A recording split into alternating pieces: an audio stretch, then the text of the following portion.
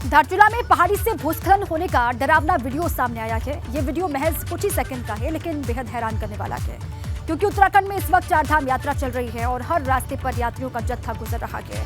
पहाड़ी से जब भूस्खलन हुआ तो मलबा सीधे हाईवे पर जा गिरा, जहां पहले से ही लोग मौजूद थे। उसके बाद क्या हुआ, देखिए इस रिपोर्ट में।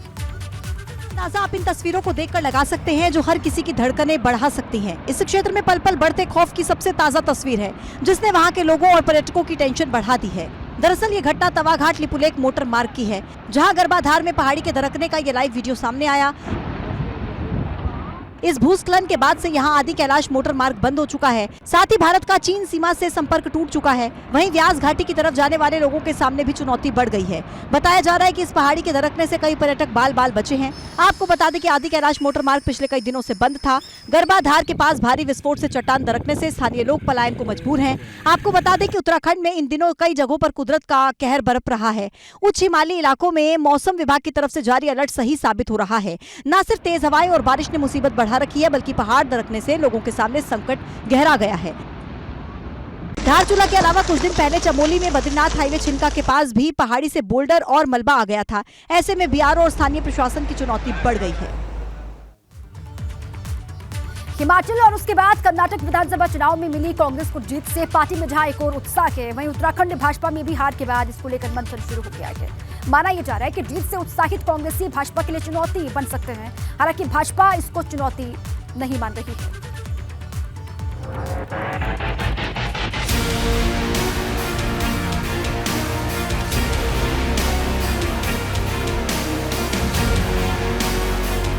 उत्तराखंड में 2024 को लोकसभा चुनाव से पहले दो अहम चुनाव होने हैं, जहां एक और चंदन राम दास के निधन के बाद बागेश्वर सीट पर उपचुनाव होना है, वहीं नगर निकाय के चुनाव भी इसी साल होने हैं। राजनीतिक जानकारों की माने तो कर्नाटक विधानसभा चुनाव में मिली जीत कांग्रेस को मनोवैज्ञानिक बढ़त दिलाने में मददगार साबित हो। कांग्रेस के वरिष्ठ नेताओं का मानना है कि हिमाचल और कर्नाटक में जीत के पीछे कांग्रेस की एकजुटता बड़ी वजह रही, यानी कि उत्तराखंड में भी कांग्रेस को सत्तारूढ़ भाजपा से अगर लड़ना है तो एकजुटता के साथ रहना होगा।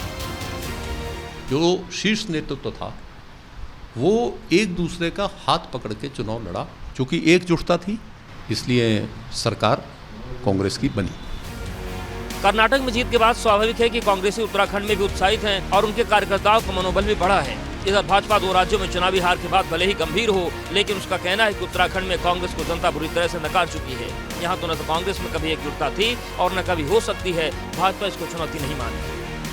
कांग्रेस को दूसरे प्रांत के चुनाव में अगर वहाँ वो जीत गई है तो वो शायद एक सपना देख रही है उत्तराखंड राज्य का भी। उत्तराखंड राज्य में कांग्रेस को यहाँ की जनता ने बार बार नकार दिया है। राज्य में उनके लिए कोई स्कोप नहीं बचा है।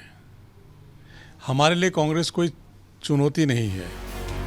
इसी साल उत्तराखंड में बागेश्वर विधानसभा का उपचुनाव और नगर निकाय के चुनाव होने हैं। ऐसे में दोनों ही दलों ने अपनी अपनी तैयारियां तेज कर दी हैं। पड़ोसी राज्य उत्तर प्रदेश में भाजपा ने सभी 17 नगर निगम में कांग्रेस को करारी शिकस्त दी है। हालांकि कांग्रेस का मानना है कि इस बार के निकाय चुनाव में भाजपा को कड़ी टक्कर देने जा रही है। उपचुनाव जब भी होगा हमारी तैयारी चल गई है। हमने वहाँ प्रभारी भी नियुक्त कर दिए हैं। कल भी हमारी तैयारी बैठक थी बागेश्वर में, और अभी और 2-3 दिन के अंदर हम बूथ कमेटी के स्तर पर, बूथ स्तर पर उस तैयारी को ले जाएंगे और भारतीय जनता पार्टी को पूरी टक्कर देंगे। कुल मिलाकर देखा जाए तो हिमाचल के बाद कर्नाटक चुनाव में मिली जीत कांग्रेस को मनोवैज्ञानिक बढ़त दिलाने में मददगार साबित हो सकती है। लेकिन जिस तरह से उत्तराखंड में 2017 और 2022 के चुनाव में कांग्रेस को हार मिली, ऐसे में सत्तारूढ़ भाजपा को कड़ी टक्कर देना इतना आसान नहीं होगा। हालांकि कांग्रेस एकजुटता से अगर चुनाव में उतरेगी तो यही एकजुटता कांग्रेस के नैया पार लगाने में मददगार साबित हो सकती है। इतना जरूर है कि उत्तराखंड में 2024 में होने वाले लोकसभा चुनाव से पहले बागेश्वर का उपचुनाव और नगर निकाय का चुनाव काफी कुछ स्थिति साफ कर देगा। देहरादून से बीपी गंगा के लिए रवि कैतुरा की रिपोर्ट। श्रीनगर नगर पालिका को नगर निगम में तब्दील हुए काफी समय बीत गया है, लेकिन अभी तक पूर्व में संचालित की जाने वाली सिटी बस सेवा का संचालन शुरू नहीं हो सका, जिस वजह से इन बसों में जंग लग रहा है। मामले में श्रीनगर नगर निगम के अधिकारियों का कहना है कि जल्द नई बसों समेत वाहनों को खरीदने के लिए टेंडर निकाले जाएंगे।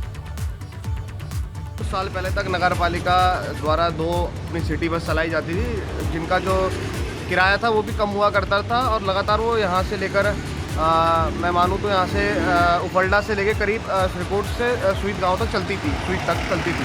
उससे कि लोगों को बहुत सहूलियत मिलती थी, जो आने जाने वाले लोग हैं वो लगातार बस चलती रहती, तो लोगों को बहुत सहूलियत मिलती थी। लेकिन कुछ सालों से ये बस बिल्कुल नहीं चल रही है और आज अगर हम देखें तो बस की स्थिति भी इस तरह हो चुकी है कि बिल्कुल बस ख़राब हो चुकी है। पुराने वाहन जो निष्प्रयोजन हो गए उनके लिए हम उनके नीलामी के लिए कार्रवाई कर रहे हैं और इनके स्थान पे नए वाहन लाने की हमारा कार्रवाई चल रही है।